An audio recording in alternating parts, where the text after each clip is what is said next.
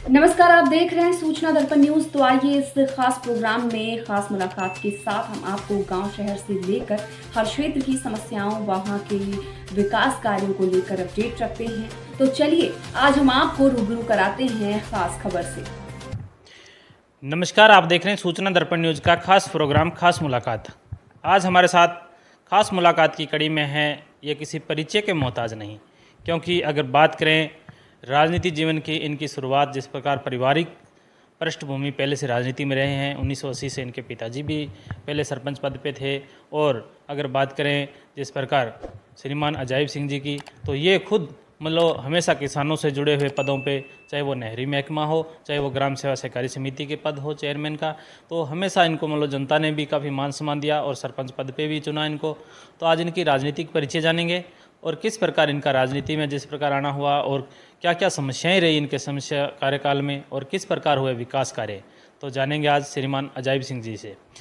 सरपंच साहब, सबसे पहले तो हमारे चैनल में स्वागत है आपका। आपका भी बहुत बहुत स्वागत हूँ यहाँ पहुँचने का। अजायब सिंह जी, अगर बात करें आपका राजनीतिक जीवन तो काफ़ी लंबे समय से, तो हम अपने दर्शकों को बताना चाहेंगे कि किस प्रकार आपके राजनीति की शुरुआत कैसे हुई। शुरुआत हमारे पारिवारिक की है सिस्टम। शुरुआत तो पारिवारिक से चल रही है। पहले दादाजी नंबरदार थे, पापा जी 2 बार सरपंच रहे।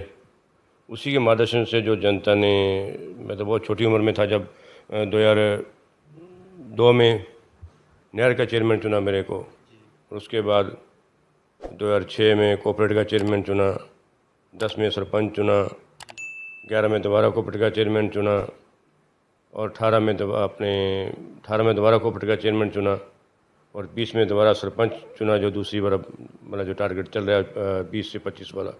ये जनता की देन है, अपने क्या है। हम तो काम करते हैं, जनता के दुख सुख में उनके साथ खड़ते हैं, जाके उनको पूछते हैं भी आपको क्या है, दिक्कत है। वो तो जनता चाहती है, तो हम मतलब बैठते, जनता बैठाती है, हम कौन बैठने वाले। जिस प्रकार आपकी इतनी लंबी राजनीति रही है, तो किस प्रकार जनता का प्रेम कैसे? जनता का प्रेम तो पहले से, जैसे परिवार ने अच्छे काम किए उसी की वजह से उनका मार्गदर्शन का हमारे को मिला।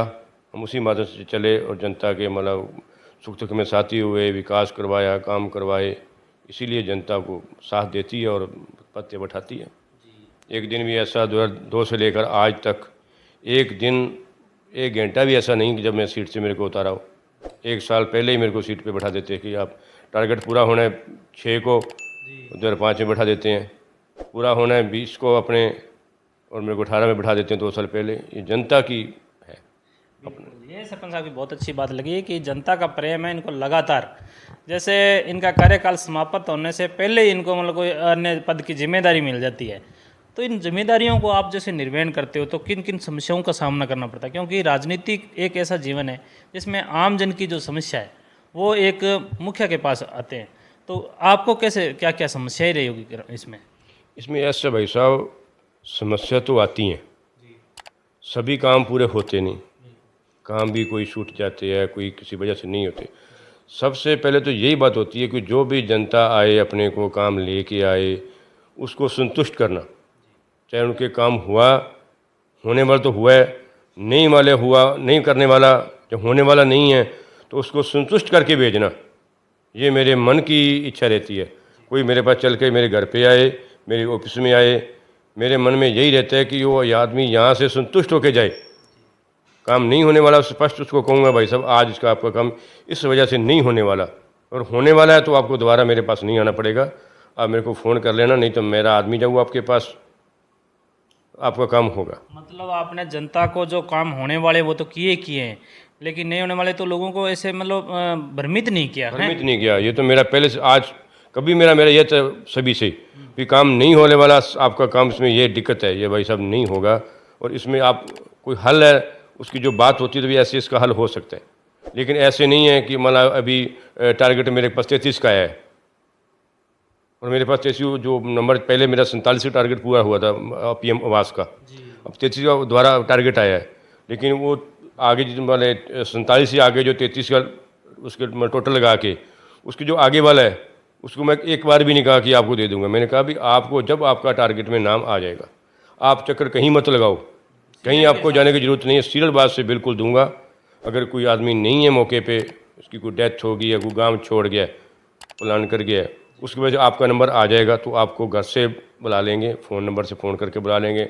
आपका फ़ोन नहीं मिलेगा तो आदमी भेज के आपको बुला लूँगा, लेकिन आपको पंचायत में चक्कर मतलब लगाने की ज़रूरत नहीं है।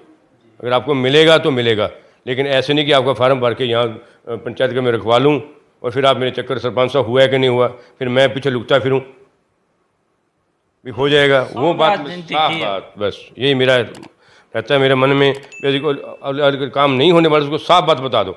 उसको एक बार हो सकता है कि उसको थोड़ा सा कौड़ा लगे, लेकिन बाद में वो कहे सरपंच साहब ने यार बात तो अच्छी की। एक गरीब आदमी का एक फार्म भरने के लिए कम से कम 500 रुपये खर्चा आ जाता है और 2-3 उसके दिन खोटे हो जाते हैं। 300-400 रुपये उसकी दिहाड़ी है, 3 दिन खोटे हो गए तो उसका 1000 रुपये तो वो हो गया, 500 रुपये उसके कागजों पर लग गया। वो तो गरीब चला 1500 रुपये में नीचे आ गया ना, क्या फ़ायदा मिला उसको। इसको यही है कि आपको उसको कह रहे भी आपका अभी होने वाला नहीं है। जब वह होने वाला होगा आपका काम तो आपको बुला लेंगे और आपका जो कागज पत्र है वो भी मैं अपने पंचायत फंड से या जो भी होता है हमारा वहाँ से करवा के लगा दूँगा। तेरे जेब से पैसा नहीं लगने दूँगा, ये मेरा रहता है। ये बहुत अच्छी बात बताई सरपंच साहब कि किसी आदमी को एक भ्रमित करना और उसको मतलब गलत दिशा देना, ये भी एक बहुत ही नुकसानदेह रहता है। तो सरपंच साहब ने कभी मतलब ऐसे कभी किसी के नाराज नहीं किया। तो उसमें आपने बात करते हैं, आप हमेशा किसानों से जुड़े हुए पदों पे भी रहे हो और पंचायत की भी जिम्मेदारी है।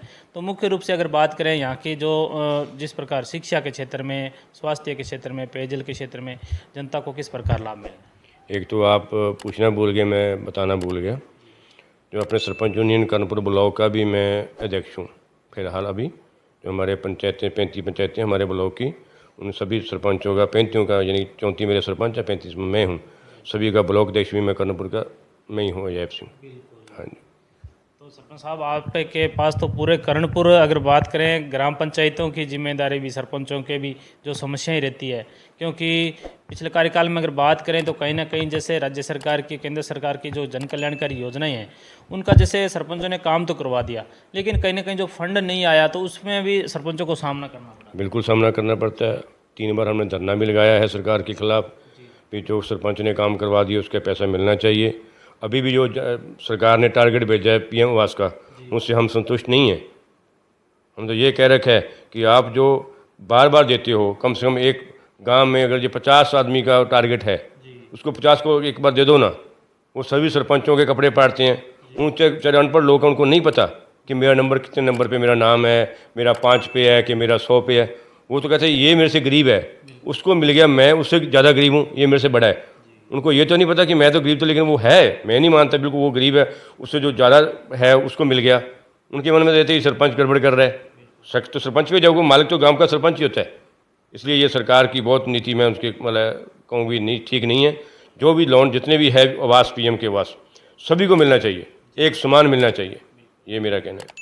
बिल्कुल, यानी कि क्योंकि कहीं ना कहीं जो समस्याएं आती है वो जिस प्रकार जनप्रतिनिधि है तो जनता तो उनको ही बोलती है कि आपने ये नहीं किया, लेकिन उनको क्या पता कि जैसे पीछे से जो फंड आ रहा है तो उसी अनुसार काम होता है। और आजकल जिस प्रकार ऑनलाइन सिस्टम हो गया तो उससे भी काफ़ी जिस प्रकार लोगों को उनमें नाम भी आप खुद थोड़ी जोड़ सकते हैं। जोड़ भी सकते। कई बार मेरे पंचायत में 5 नाम ऐसे हैं कि उनका जॉब कार्ड में उनका नाम लिंक नहीं हुआ, वो उसका नाम लिस्ट में 1 नंबर पे है। वो क्या समझाऊँ उसको। जब कर्णपुर जाते हैं, हमने पंचायत समिति में जिला सत्र में मैंने बात की है, जयपुर भी 3 बार बात होगी, वो कहते हैं हमारे को भी इसका नाम काट दो। क्यों भाई, इस गरीब का हमारे नाम कैसे काटें। उसकी कोई गलती हुई है, किसी गलती किससे हुई है उसको सही कराओ। उसका फ़र्ज़ है ब्लॉक पे, जिला लेवल पे, अपने राज्य लेवल पे कहीं भी है तो सरकार जो अधिकारी बैठे हैं, जो बाबू बैठे हैं, उनको चाहिए कि उनका चलो जिससे गरीब का कोई मतलब नहीं हुआ, गलती हो जाए। काम करने में मैं समझता हूँ कि गलती मेरे से भी हो जाती है, कोई भी काम करेगा उससे गलती होगी, लेकिन उसका फ़र्ज़ बनता है अगर गलती होगी है तो उसको मतलब उसको सही करवाना, ये भी जिसकी गलती है उसका फ़र्ज़ बनता है। तो अपने बात करते हैं, आप हमेशा किसानों से जुड़े हुए पद पे भी रहे हो, जैसे नहरी महकमे में भी आप चेयरमैन रहे, ग्राम सेवक सहकारी समिति में। किसानों के लिए क्या सौगातें रही आप? किसानों के लिए तो ये, जब मैं 10 में पहली बार सरपंच बना तब मेरे पूरे मतलब पंचायत में कहीं 1-2 मरबा छोड़ के पूरे खाड़े कच्चे थे। 10 से 15 महीने पूरे चक्कों के मेरे 10S, 9SA, 11S, 9SB, 12S, 6B जो भी मेरे चक थे, करीब मैंने सभी के पूरे खाड़े पक्के बनवा दिए थे। अभी दोबारा भी उसको कई रह गए हैं तो सीढ़ी दोबारा बनवा दी हैं। ये किसानों के लिए ये तो मैंने काम किया। एक अपने बात करते हैं वर्तमान में सरपंच साहब, क्योंकि क्षेत्र में जिस प्रकार युवा है वो कहीं ना कहीं अपने पद से भ्रष्ट होते जा रहे हैं, क्योंकि नशे की तरफ काफ़ी प्रवृत्ति होती जा रही है। तो आप एक ग्राम पंचायत के मुख्य होने के नाते युवाओं को क्या सीख देना चाहिए? युवाओं को मैं चाहूँगा अपने खेल में वॉलीबॉल का खेल का मैदान बनाया है, दौड़ के लिए यहाँ पैच बने हुए हैं बहुत बढ़िया। बच्चों का तो मेरे को यही कहना है कि आप ये बच्चे तो इसको ये युवा जो पीढ़ी होती है इसका ये दिमाग है, ये किस तरफ इसको लगा दें। जो नशे में लगे तो बहुत गलत हो जाएगा, लेकिन अगर वो खेल में लग जाए एक तो उसकी शरीर बढ़िया रहेगा और लंबे टाइम तक कोई ना कोई तरक्की भी करेगा। कहीं भी किसी मतलब खेल में मतलब विजेता होता है तो उसकी सेहत भी और साथ साथ उसको आगे वो उसको कोई नौकरी में भी उसको बेनिफिट मिलेगा। तो युवा को तो मेरा यही कहना है, लेकिन मेरा यही मैं युवा से मिलता हूँ, यहीं कोई मीटिंग स्कूल में बैठते हैं या पंचायत में बैठते हैं, युवा को यही कहता हूँ कि आप शिक्षा के साथ साथ आप खेल में भी भाग लिया करो। कहीं भी ज़रूरत मेरे को होती है तो मैं उसको जो पूरी करता हूँ, चाहे अपनी कैसे भी मतलब किसी फंड से करवाऊँ या किसी दानदाता से करवाऊँ या कुछ खुद करूँ, लेकिन मेरा ये प्रश्न रहता है कि युवा को कि अपनी शिक्षा के साथ साथ खेल में भी उसका मन रहे, ये मेरी रुचि रही, ये मेरा कहना है। तो एक अपने बात करते हैं, जैसे किसानों ने, युवाओं ने और यहाँ के जिस प्रकार आपके ग्रामवासियों ने काफ़ी सहयोग रखा और आपको हमेशा उच्च पदों पर विराजमान किया, तो क्या संदेश क्या देना चाहोगे हमारे चैनल के माध्यम से? संदेश तो यही है भी युवा तो अब ये नशे की लत चल रही है बहुत ज़्यादा। जो अपना पड़ोस देश जो पाकिस्तान है वो ड्रोन से, हमारे तो बॉर्डर पे बैठे हम भी, वो ड्रोन से जो नशा फेंकता है उससे युवा बहुत ही बर्बाद होते जा रही हैं। लेकिन मेरा तो यही युवा को कहना है कि आप उसको छोड़, वो देश तो अपने देश को बर्बाद करना चाहता है, लेकिन अपने इसकी तरफ नहीं बढ़ना, अपने देश की तरफ बढ़ना है। देश बढ़ेगा तो अपने बढ़ेंगे, इसलिए नशे को बिल्कुल त्यागना चाहिए और खेल कूद में और जो भी अपने काम है उनकी काम में लगना चाहिए। ये मेरा संदेश है युवा को। सर, आपके पास श्री कर्णपुर पंचायत समिति की सरपंच संघ की जो अध्यक्ष का जिस प्रकार आपको गया है, तो सरपंचों की तरफ से आप राज्य सरकार को और केंद्र सरकार को ग्राम पंचायतों में क्या सुधार होना चाहिए, क्या कहना चाहोगे? मेरा यही कहना है, एक तो जो पीएम आवास हैं, अभी बात हुई थी कि जो किसी टारगेट बहुत कम देते हैं, पूरा 4 साल 5 साल बीत गए हैं, 5 साल में एक बार टारगेट आया पूरी पंचायतों को। सभी सरपंचों का की तरफ से मैं सरकार को यही कहना चाहता हूँ कि जितने भी बीपीएल हैं, आवास इनके नहीं बने हुए, आवास में लिस्ट में नाम उनका है, एक तो आवास में नाम छूटा हुआ है, एक मेरी पंचायत का नहीं, मेरी पूरी ब्लॉक का है, पूरे गंगा जिले का है, पूरे राजस्थान में ये बहुत बड़ा मुद्दा है कि जो नाम छूटे हुए हैं, जो ऑनलाइन नहीं हुए, जो रह गए हैं, सरकार को चाहिए कि वो गरीबों के नाम दोबारा उसको अपने ऑनलाइन करे और उनको सभी को मकान मिले। ये सरकार को मेरा कहना है। एक सरकार को मेरा ये संदेश देना है सरपंच की तरफ से, जो कि 2 साल का कोरोना काल का जो टाइम निकल गया, राज्य सरकार ने और सेंट्रल सरकार ने पंचायत को 2 साल का फंड बंद कर दिया, नहीं दिया। एमपी साहब का कोटा भी समाप्त कर दिया 1 साल के लिए। 2 साल का जो विकास होना था, जो सरपंचों ने वोटें ली थी जनता से कि आपका मैं ये विकास करवाऊंगा, वो 2 साल में विकास नहीं हो सका। लेकिन इस राज्य सरकार से और सेंट्रल सरकार के मेरा यही कहना है कि सरपंचों का जो कार्यकाल है वो साल के लिए एक और बढ़ाया जाए। जो बची किस्तें बाकी पड़ी हैं पंचायतों की, वो पंचायतों के खातों में डालनी चाहिए, जिससे कि हमने जो वादे किए थे सरपंचों ने पूरे राजस्थान में, वो वादे पूरे कर सकें। यही मेरा राज्य सरकार और सेंट्रल सरकार को कहना है। बिल्कुल, क्योंकि जिस प्रकार श्रीमान अजायब सिंह जी के पास अगर बात करें सरपंच संघ की जो जिम्मेदारी है, तो इन्होंने और पंचायतों के लिए भी ये मांग उठाई है कि जो उनका फंड बकाया है तो वो कहीं ना कहीं इनको मिल जाए, तो और भी विकास कार्य की जो दर है वो रफ्तार पकड़ेगी। और इन्होंने जिस प्रकार जो समस्याओं से भी रूबरू कराया और अपना जीवन परिचय भी बताया, तो सर हमारे चैनल में 10 मिनट टाइम देने के लिए बहुत बहुत धन्यवाद। आपका बहुत बहुत धन्यवाद, आपने टाइम निकाला और हमारी पंचायत की बातें सुनी। आपका बहुत बहुत धन्यवाद।